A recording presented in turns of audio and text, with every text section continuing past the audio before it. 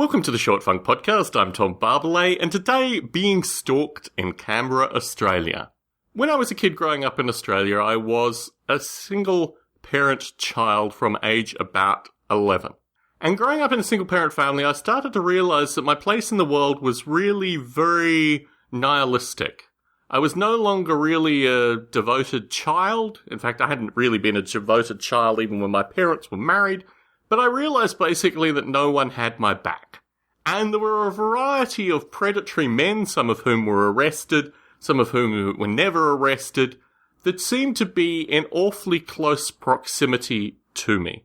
The first of these folk was a fellow called John Aitchison, who was the choir master for the Canberra Boys Choir through the late 1980s. He was a very curious character. Never really had any interest in me. I was pretty well 6'4" at the time. My voice was just about to break. He was more interested in the littler boys, and they were the ones who were promoted through the choir.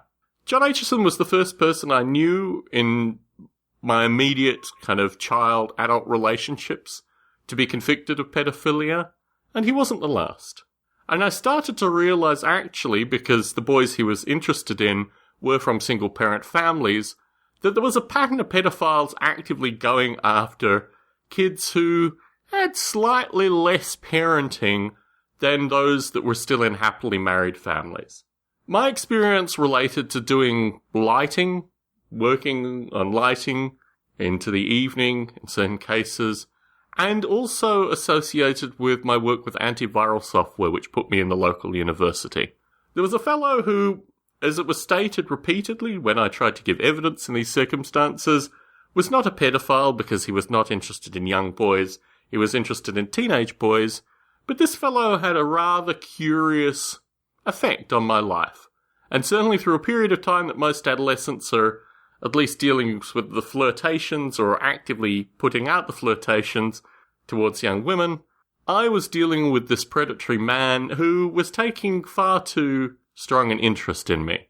Years went along, Tom at university in his first year, and I discovered a fellow called Tim.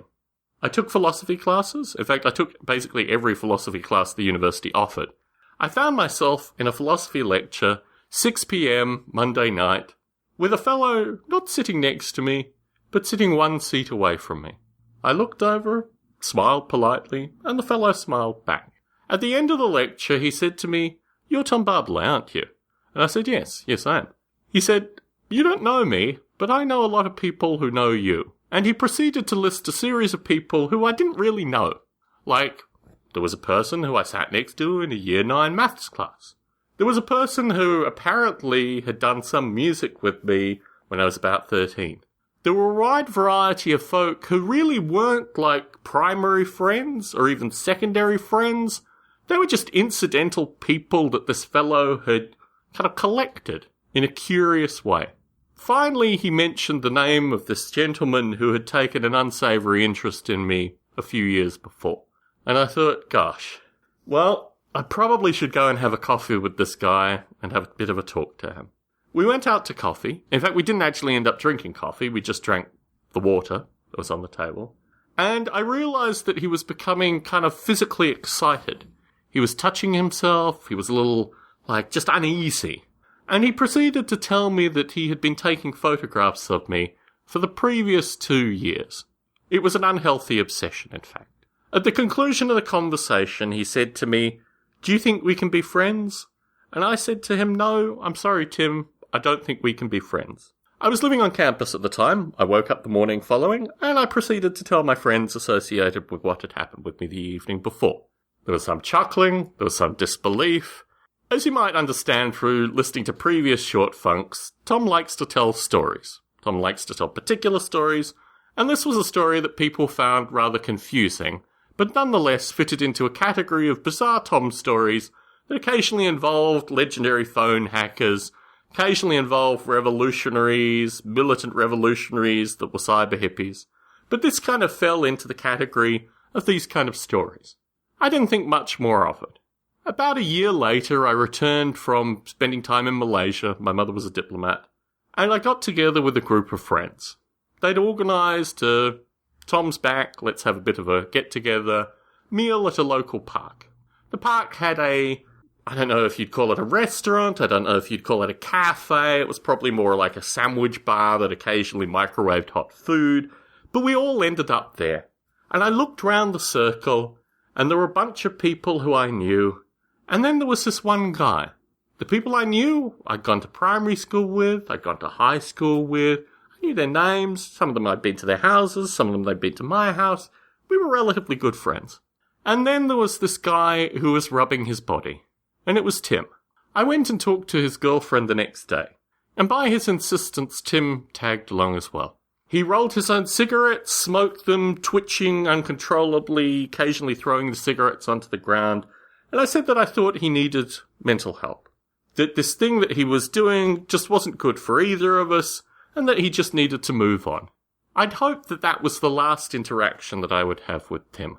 But a female friend contacted me a few months later, and she had met Tim. She came and saw me in tears and said that she thought that I was joking when I told her about this individual. But she'd spent time with him, and he was seriously unhinged, and clearly there was a problem. I didn't know what to do.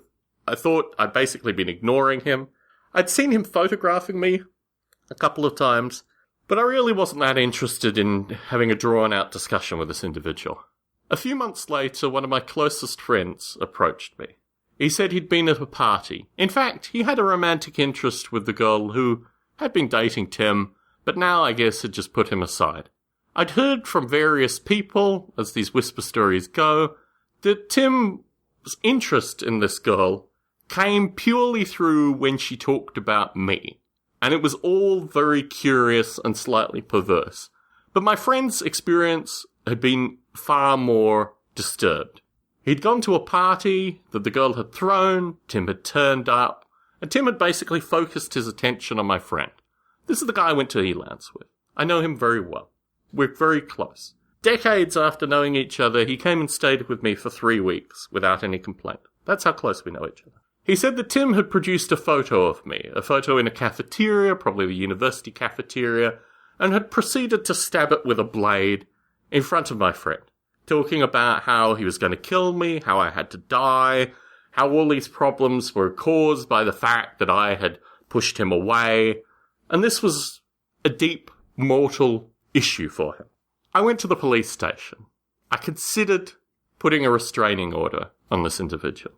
And then something my father had said to me echoed in my head. And that was, if you don't pay attention to this individual, he can't hurt you. He can't interact with you. He's all air. There's nothing going on here. I walked away.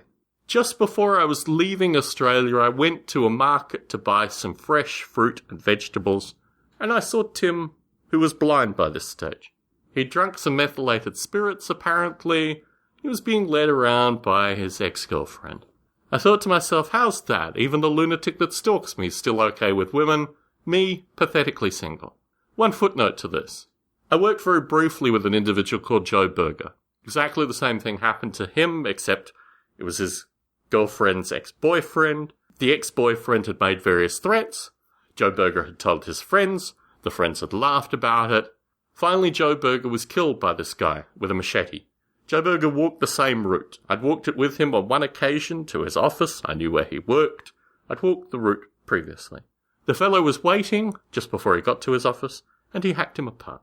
When people are stalked, and when they tell people about being stalked, people need to pay attention to this. In my case, got me out of Australia for more than a decade. Funnily enough, when I went back to Australia, I went back to the same fruit market. I went back to the same park that had the stand that sold sandwiches. No more Tim was around. But people need to be very mindful that there are dangerous people out there, and I think stalking is very, very serious. Tom Barbalet in San Jose, signing out.